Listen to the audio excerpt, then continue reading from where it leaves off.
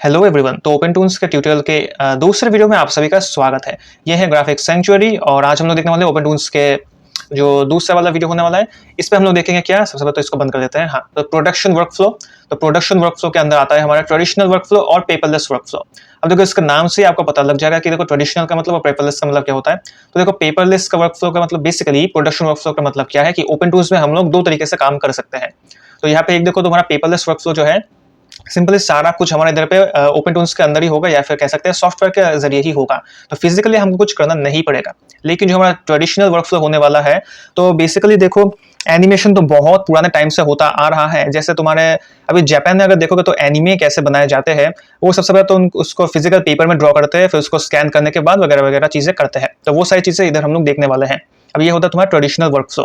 देखो ये बहुत ही मुश्किल होता है, तो मैं ये वाला प्रोसेस तो फॉलो नहीं करूंगा। जब मैं खुद के एनिमेशंस बनाऊंगा मैं ऑब्वियसली पेपरलेस वर्कफ्लो ही यूज करूंगा। लेकिन देखो कोई एक चीज जब हम सीखते हैं तो उसका सब कुछ ही सीखना चाहिए। जैसे देखो अगर हम नॉर्मल पढ़ाई भी जब करते हैं तो हमें इतिहास पढ़ाया जाता है ना, तो ये भी एक तरीके से तुम्हारा कह सकते हो कि जो एनिमेशन के ऊपर तुम्हारा इतिहास ही है, जो बहुत पुराने टाइम के एनिमेशंस कैसे क्रिएट किए जाते थे। तो अभी भी वो पॉसिबल है ओपन टूल्स के ऊपर, तो वो चीजें होती है। अब देखो ये अगर हम पूरा जान लेते हैं तो जैसे भी कोई ना कोई रेफरेंस की चीजें हैं जो हम रेफरेंस बाद में ले सकते हैं नीचे की ये चीजें पढ़ने के लिए। तो चलो ट्रेडिशनल वर्कफ्लो के अंदर बेसिकली ओपन टूल्स में तुम्हारा 1 2 3 4 5 6 ये 6 चीजें रहने वाली है। 6 प्रोसेस के जरिए हम लोग ये देख सकते हैं कि एनिमेशन शुरू करके एकदम लास्ट तक जाता है। सबसे पहले तो देखो तुमको हैंड ऑन एनिमेशन लेवल्स लेने पड़ेंगे। अब देखो जो हैंड ऑन एनिमेशन लेवल्स है ना, इनको तुम पकड़ सकते हो। जो ये इनको तो फिजिकली यूज किया जाता है। नॉर्मल तुम्हें पेपर की शीट ले सकते हो, उधर पे एक पेपर पे जो ड्राइंग होगी वो एक एनिमेशन लेवल हो गया। नॉर्मली इसको हम लोग अगर सॉफ्टवेयर की भाषा में बोले, अगर तुमको किसी को पता होगा कि जो ये वीडियो भी देख रहे हैं एनिमेशन के सॉफ्टवेयर के में थोड़ी सी भी नॉलेज है, देखो बाकी एनिमेशन के सॉफ्टवेयर पे तुमको नाम देखने को मिलेगा, उसको कहते हैं फ्रेम, एनिमेशन फ्रेम्स। बहुत सारे फ्रेम्स का नाम सुना होगा। जैसे तुम्हारा एडोबी एनिमेट में जाओगे 24 फ्रेम्स पर सेकंड फ्रेम सेट करना कहते हैं। लेकिन ओपन टूल्स में हम उसको कहेंगे लेवल्स, उसको लेवल्स कहा जाता है।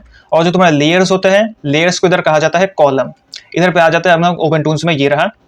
ये देखो नॉर्मल तुम्हारा मैं ये वाला विंडो पे रहता हूँ, जब इधर पे आऊंगा इसको रूम कहते हैं। तो ये एक शीट वाले पे ये देखो ये जो नीचे जा रहा है 1 2 3 करके, ये है होते हैं तुम्हारा नॉर्मल। बेसिकली बाकी सॉफ्टवेयर में उसको कहा जाता है फ्रेम्स, लेकिन ओपन टूल्स में हम लोग कहेंगे इसको तुम्हारे लेवल्स। और ये जो ऊपर कॉलम्स दिखाई दे रहे हैं ये है तुम्हारे लेयर्स। इधर पे आ जाता हूँ, ये देखो ऐसे मैंने इधर पे ये रोटेट भी कर सकता हूँ। ये ऐसे तुम्हारे नॉर्मल बाकी सॉफ्टवेयर से देखने को मिलेंगे। ये सारे फ्रेम्स, इसको लेवल्स कहा जाता है। और नीचे आएंगे तुम्हारे ये क्या कहते हैं उसको, फ्रेम्स नहीं उसको कहा जाएगा कॉलम्स, जो कि लेयर्स है। ठीक है, तो ओपन टूल से भरते हैं। हाँ, तो ये इधर पे देखो हैंड ऑन एनिमेशन लेवल्स के बाद स्कैनिंग प्रोसेस आएगा और पेपरलेस ड्राइंग आएगी। तुमको पता है कि पेपरलेस ड्राइंग क्या है, लेकिन उस पर भी हम लोग बातचीत करेंगे जब हम इस वाले सेक्शन पे आएंगे इस वीडियो में। टोटल 6 सेक्शन रहने वाले हैं।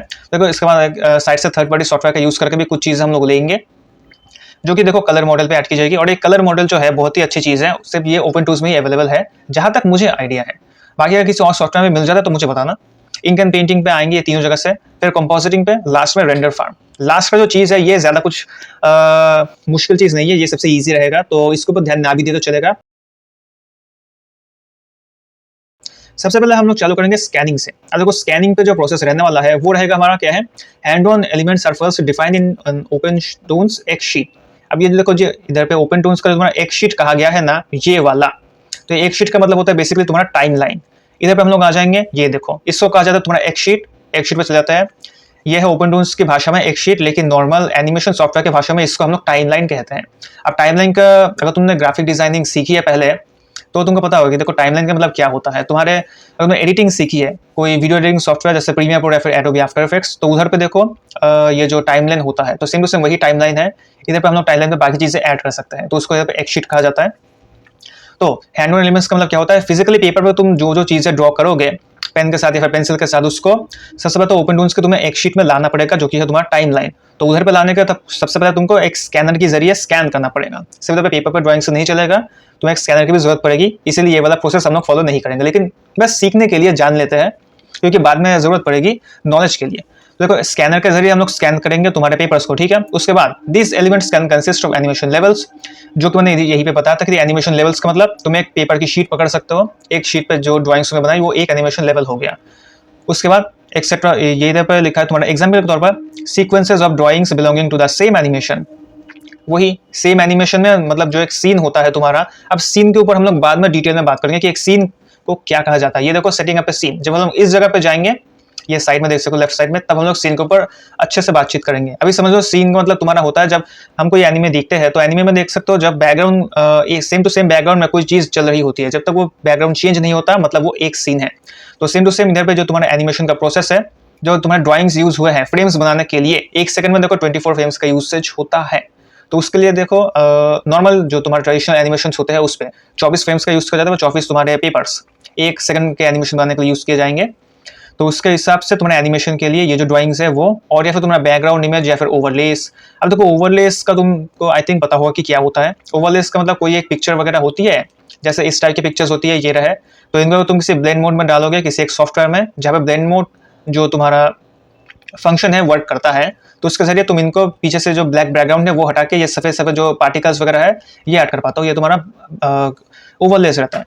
तो ये होगा तुम्हारा स्कैनिंग प्रोसेस का पहला पार्ट। उसके बाद आएंगे the scan images then pass through a cleanup process.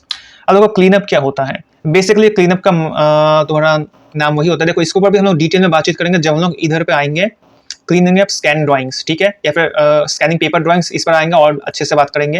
एक बेसिक से तुमको मैंने समझा दिया था।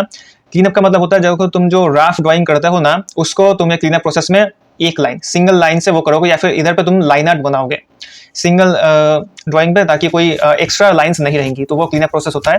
जो भी ऊबर खाबर सी चीजें होती है उसको हम लोग सही से ड्रॉ करते हैं।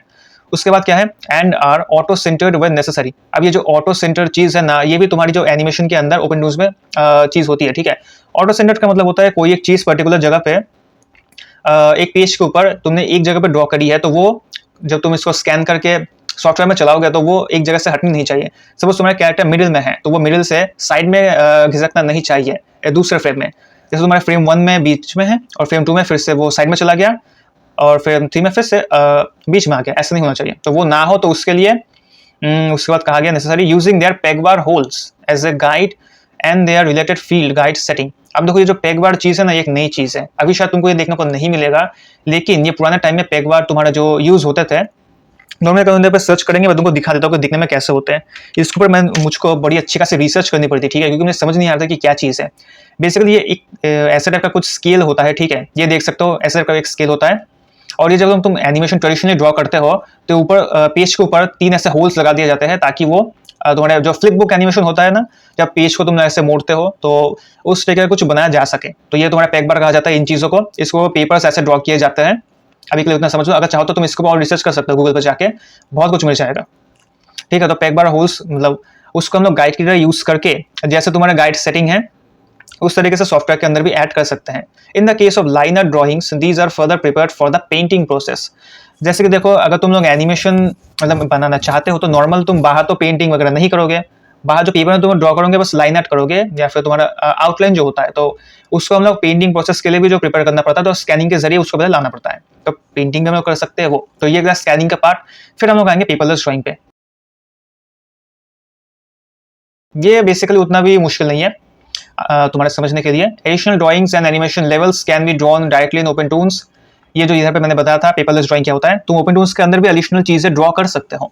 जैसे कि देखो drawings can be an important part of the scene. जो पता है ड्राइंग्स एक सीन बनाने के लिए बहुत ही क्या कहता है जरूरत चीज होती है, सच एज ए बैकग्राउंड और एक कैरेक्टर्स प्रॉप। जैसे कि तुम कोई बैकग्राउंड बनाना भूल गए हो लेकिन ओपन टूल्स से बना सकते हो पीछे का बैकग्राउंड। और कैरेक्टर प्रॉप का मतलब क्या होता है, चलो उसको तुमको मैं सर्च करके दिखा देता हूँ। एक कैरेक्टर का प्रॉप क्या होता है, कैरेक्टर प्रॉप, चलो मैंने सर्च करके रखा था पहले, तो ये देखो ये जो एक चीज है तुम्हारी, इधर पे हम लोग देख सकते हैं। थोड़ा सा इधर आ जाते हैं। बेसिकली तुम्हारा कैरेक्टर प्रॉप का मतलब ये होता है कि कोई एक तुम्हारा पर्टिकुलर सीन में कैरेक्टर जो चीज के ऊपर उस सीन के अंदर जो चीज के साथ तुम्हारा इंटरेक्ट करेगा उस चीज को उठाएगा। जैसे तुम्हारा कोई कैरेक्टर है एक सीन में वो पानी पीने जा रहा है ग्लास से, तो वो जो वो पानी के ग्लास को पकड़ेगा तो वो पानी का ग्लास उसका प्रॉप हो गया। तो ये होता है तुम्हारे कैरेक्टर प्रॉप्स। जो भी चीज़ों के साथ वो कैरेक्टर इंटरेक्ट करता है, उससे कपड़े हो जाए या फिर जैसे तो मोमबत्ती हो गई या फिर एक क्यूब हो गया, तो ये सारी चीज़ें कैरेक्टर प्रॉप्स के अंदर आती हैं, ठीक है। फिर आते हैं और incidental elements needed to achieve a particular result, या फिर कुछ ऐसे एलिमेंट्स तुमने अलग से ऐड कर दी कुछ एक चीज़ बताने के लिए। जैसे कि वो चौक गया तो उसके ऊपर जो रिएक्शंस आएंगे तो वो दिखाने के लिए भी यूज़ किया जा सकता है। For example a mask image to create a matte effect. अब इसका मतलब मुझे बिल्कुल भी नहीं पता और मैं जानना भी नहीं चाहता। थोड़ा सा मुश्किल टाइप के दोनों लोगों ने डिस्कस करके रखा है, तो मैंने कोशिश की है कि थोड़ा सा और अच्छे से तुमको मैं समझा सकूं। ठीक है, अब आते हैं हम लोग कलर मॉडल पे। ये बहुत ही अच्छी चीज़ है। तो देखो बेसिकली कलर मॉडल जो है, colour models are created for accurate colour referencing during production. When painting characters and props, they can be drawings. Extension.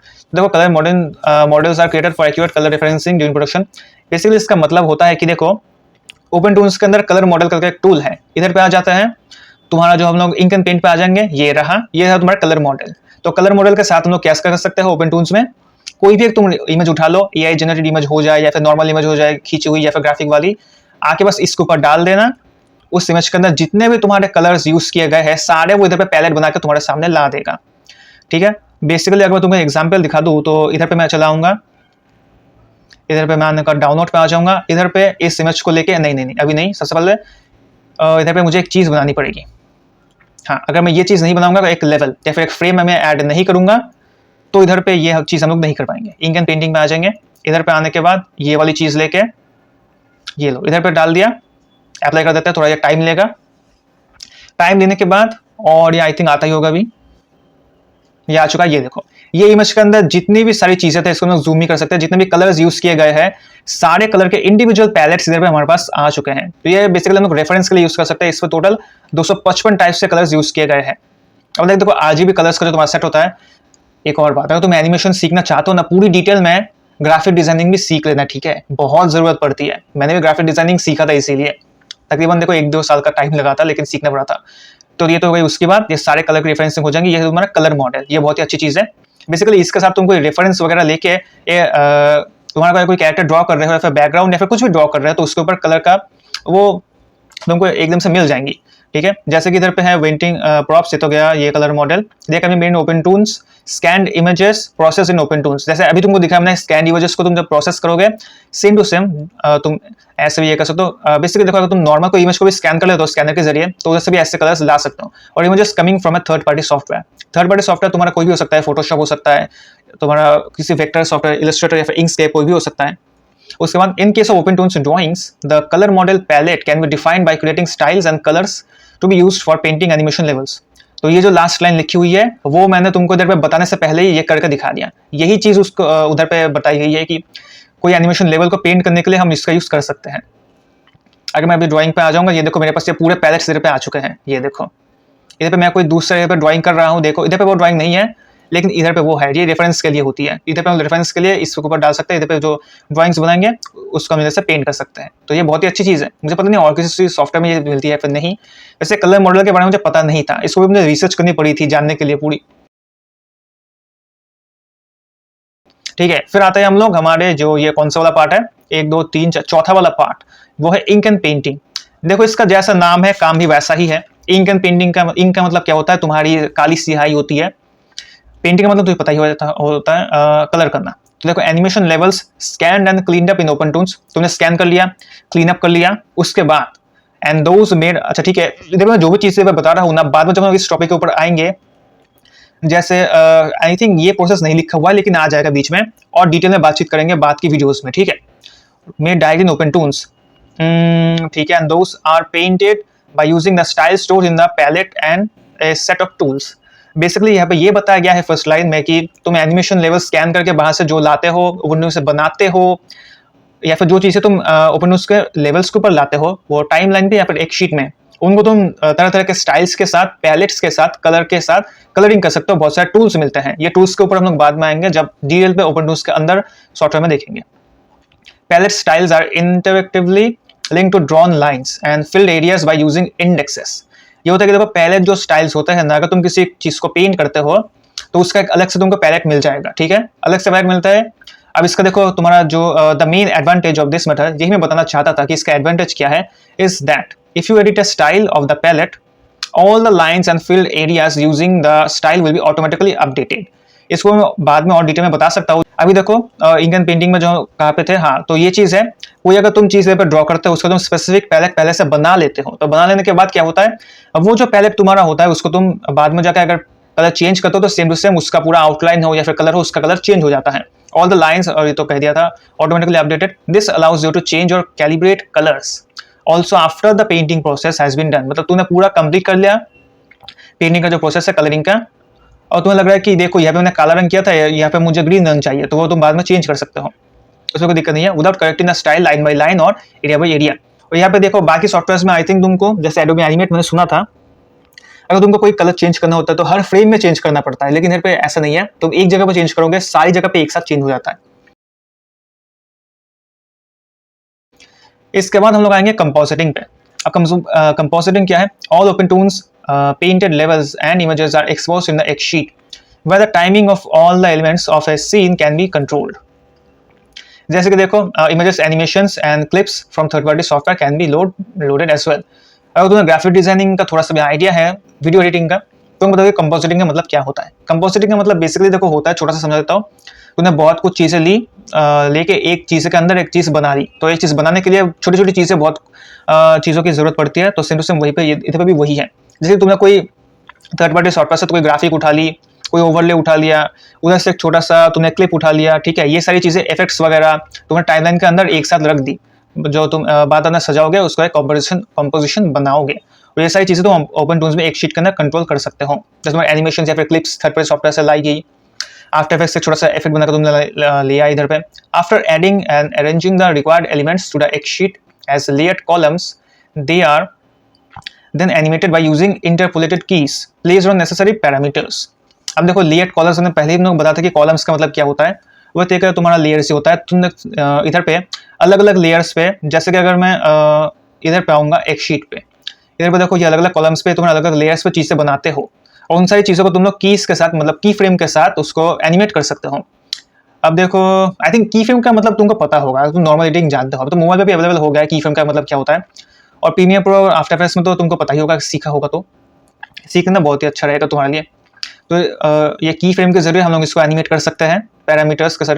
और elements that can be animated in this way include the camera, columns, pack bars and the table. अब देखो ये camera, columns और pack बार, ये तीन चीज़ों ही तुम्हारे Windows के अंदर है। टेबल भी शायद होगा, आई थिंक, मुझे अभी आइडिया नहीं है कि टेबल्स का मतलब क्या होता है। अगर मैं स्कीमेटिक पे आ जाऊँ, ये देखो इनको कहा जाता है पैक बार्स, ठीक है। ये अभी अपने दिमाग में मत लेना, बहुत ही नहीं तो दिमाग में प्रेशर आ जाएगा कि ये क्या चीज़ें है, तारों मारों की तरह ये लटक रहे हैं। इसके ऊपर हम बाद में अच्छे से डिटेल में बातचीत करेंगे, ठीक है। अभी ड्राइंग पे आते हैं। ये देखो तुम्हारा कैमरा वाला लेयर है, ठीक है, और बाकी तुम्हारा नॉर्मल कॉलम वगैरह लेयर्स वगैरह है, ये चीज़ें हो गई। और क्या था, कहा था पैक बार, कॉलम, कैमरा, ठीक है, ये सारी चीज़ें हम लोग एनिमेट कर सकते हैं की फ्रेम के साथ। उसके बाद special effects such as blurs, lights keys, masks, warps, gradients etcetera. तो ये जो सारी तुम्हारे इफेक्ट्स वगैरह है, ये तुम ये जो पैक बार के जरिए ऐड कर सकते हो, ठीक है। लेकिन थोड़ा पहले मुश्किल लगेगा, धीरे धीरे प्रैक्टिस करके सीख जाओगे। Can be applied to the content of X sheet columns. X sheet का मतलब तुम्हारा टाइमलाइन होता है। And can also be animated by setting key value to the parameters. ये की फ्रेम के साथ ऐड कर सकते हो। उसके बाद object and special effects transformations are mapped in the function editor window where set key values are and where interpolations can be controlled and modified by using function curves or numerical columns। तो इसके ऊपर अभी मत जाओ, बहुत ही मुश्किल सी चीज़ है अगर अभी जाओगे तो, क्योंकि अभी तुमको बेसिकली कुछ भी नहीं पता विंडोज के बारे में। फंक्शन एडिटर तुम्हारा एक टाइप का तुम्हारा एडिटर रहता है। अगर मैं एनिमेशन पे आ जाऊंगा, ये रहा, इसको कहा जाता है फंक्शन एडिटर। ये चीज़ है फंक्शन कर्व्स है, इधर पे हमको देखने को मिलता है, नाम लिखा देख सकते हो। जैसे हम लोग जो भी वैल्यूज होती है एक्स वाई जेड या फिर लेंथ वगैरह, वेट, सब कुछ जैसे हम लोग एनिमेट कर सकते हैं वैल्यूज को चेंज करके। इसको अभी मत जाओ, ये की फ्रेम के साथ देख सकते हैं, ठीक है। अभी बस ऊपर से समझ लो, बाकी इसको बाद में देखेंगे। जैसे देख सकते हो, वर्किंग एक sheet, creating movements, applying special effects, editing using spreadsheet and curves. तो अलग अलग टॉपिक से इसके ऊपर बहुत ही डिटेल में यहाँ पे लोगों ने आलोचना करके रखी है। हम भी करेंगे, धीरे धीरे जाएंगे, एक बार में नहीं जाएंगे। लास्ट में तुम्हारा रेंडर फार्म, ये हम लोग एकदम लास्ट में पहुंच चुके हैं। बेसिकली ये क्या होता है, the scene is rendered in order to compose all the transformations and applied special effects in a sequence of frames in the format and resolution you prefer. मतलब अब तक हम लोगों ने जो जो चीजें इधर पे बनाई हैं, ये 6 प्रोसेस का फॉलो करके, मतलब 5 प्रोसेस का, ये तुम्हारी 6वीं प्रोसेस है, उनको हम लोग लास्ट में तुम्हारा रेंडर करेंगे MP4 या फिर तुम्हारा क्या कहते हैं उसको, GIF जो फॉर्मेट होता है वो, या कोई भी वीडियो फॉर्मेट में, ताकि हम लोग सोशल मीडिया पे उस चीज़ को शेयर कर सके। तो वो उसका काम होता है रेंडर फार्म में। अब देखो ओपन टूल्स की एक और बात अच्छी है कि ये देखो लास्ट में लिखा है, the open tools render farm allows you to batch render open tools scenes by using a series of computers connected on the same network using TCP या फिर IP। तो IP का नाम तुम्हें सुना होगा, IP एड्रेस कहा जाता है। अगर तुम्हारी IP एड्रेस हैक हो जाती है तो बहुत कुछ हो सकता है, सुना होगा तुमने। अब ऐसा होता है, देखो ओपन टूल्स तुम्हारा सॉफ्टवेयर है, ये तुम्हारा क्या कहते हैं, एक बड़ी कंपनी के लिए भी यूज किया जाता है। जैसे तुमने सुना होगा स्टूडियो जिबली जो है ओपन उसका यूज करके बहुत एनिमे बनाता है, अभी भी, पहले बनाता था, बहुत आइकॉनिक एनिमेशन उन्होंने बना कर रखे हैं। तो ये यूज करने के लिए तुम्हारे एक बहुत बड़ी एक टीम है, तो सारे कंप्यूटर्स के अंदर तुम एक साथ जोड़ सकते हो ओपन टूल्स का। जैसे इधर से हमको कुछ किसी को बैकग्राउंड बनाने दिया, अलग से उसको उधर पर टास्क डाल दिया, किसी को तुम्हारा कैरेक्टर मूवमेंट के लिए कुछ उधर पर बनाने के लिए रख दिया, किसी को स्पेशल इफेक्ट्स दिखाने के लिए रखा, तो एक्सेट्रा एक्सेट्रा। ये सारी चीजें एक सीन में हम लोग रेंडर करने के लिए इनका यूज कर सकते हैं, रेंडरिंग के लिए। तो एक साथ ताकि वो सीन जो है तुम्हारा आगे पीछे ना हो जाए एक सीन एडिट करने के लिए, तो सारे कंप्यूटर्स को एक साथ हम लोग चला सकते हैं रेंडर फार्म के जरिए। इस पर भी हम लोग बाद में जाएंगे। जैसे देखो rendering the animation using the tools farm, ये सबसे लास्ट में होगा आई थिंक। हाँ ये देखो इधर पे हम लोग जब जाएंगे तो इसको भी बातचीत करेंगे। तो ये था तुम्हारा 6 प्रोसेस ट्रेडिशनल वर्क फ्लो का। आज की वीडियो में बस हम ये ट्रेडिशनल वर्क फ्लो का ही ऊपर बातचीत करेंगे, तो जो खत्म हो चुका है। तो तीसरी जो वीडियो रहने वाली है उधर पे हम लोग पेपरलेस वर्क फ्लो के ऊपर बात करेंगे। ये देख सकते हो पेपरलेस वर्क फ्लो, ये थोड़ा सा बड़ा प्रोसेस रहने वाला है इससे, तो उससे भी बातचीत करेंगे। लेकिन उससे पहले मुझे थोड़ा इसके ऊपर रिसर्च करनी पड़ेगी। और हाँ, ये जो चीजें मैं तुमको बता रहा हूँ, ये जो तुम्हारा इसका लिंक है, इसको भी मैं लिंक डिस्क्रिप्शन में डाल दूंगा, ठीक है। तुम चाहो तो इधर पे आके इसको फॉलो कर सकते हो। लेकिन ये जो चीजें मैंने बताई, इनको तुम एक नोट डाउन कर लेना बुक के अंदर, क्योंकि देखो मैंने भी नोट डाउन किया था। अगर नोट डाउन नहीं करोगे तो सही से समझ नहीं पाओगे। या फिर मैं तुमको इसको भी इधर भी डाल देता हूँ। लेकिन पहली बात ये है कि ये जो चीजें इन लोगों ने इधर पे बता के रखी है, ठीक है, ये एकदम भी तुम्हारी वो नहीं है, मतलब थोड़ी सी इधर पे जो समझाने का तरीका है ना, थोड़ा सा इनका अच्छा नहीं है, तो समझने में थोड़ी दिक्कत आती है। तो मैंने अलग से एक नोट बनाया था अपना खुद का, जहाँ पे थोड़ा मैंने और एक्सप्लेन किया है चीज़ों को, ताकि कोई बिगिनर के लिए वो अच्छा रहे, ठीक है। तो इसी वीडियो के लिए बस इतना ही रखते हैं। बाकी मैं तुमको सभी से मिलूंगा ओपन टूल्स की तीसरी वीडियो में, जो कि पता नहीं कब आएगी, लेकिन आएगी जरूर, जिसमें हम लोग पेपरलेस वर्क फ्लो के ऊपर बातचीत करेंगे। फिर आएंगे इंटरफेस ओवरव्यू, मैनेजिंग तुम्हारा प्रोजेक्ट्स वगैरह वगैरह, धीरे धीरे आएंगे। तो वीडियो में जुड़ने के लिए सभी का शुक्रिया। और अगर चैनल पहली बार तो चैनल को सब्सक्राइब कर देना। वीडियो अगर पसंद आई है तो थोड़ा लाइक भी कर देना, ठीक है। तो मैं मिलता हूं तुमसे अगली वीडियो में।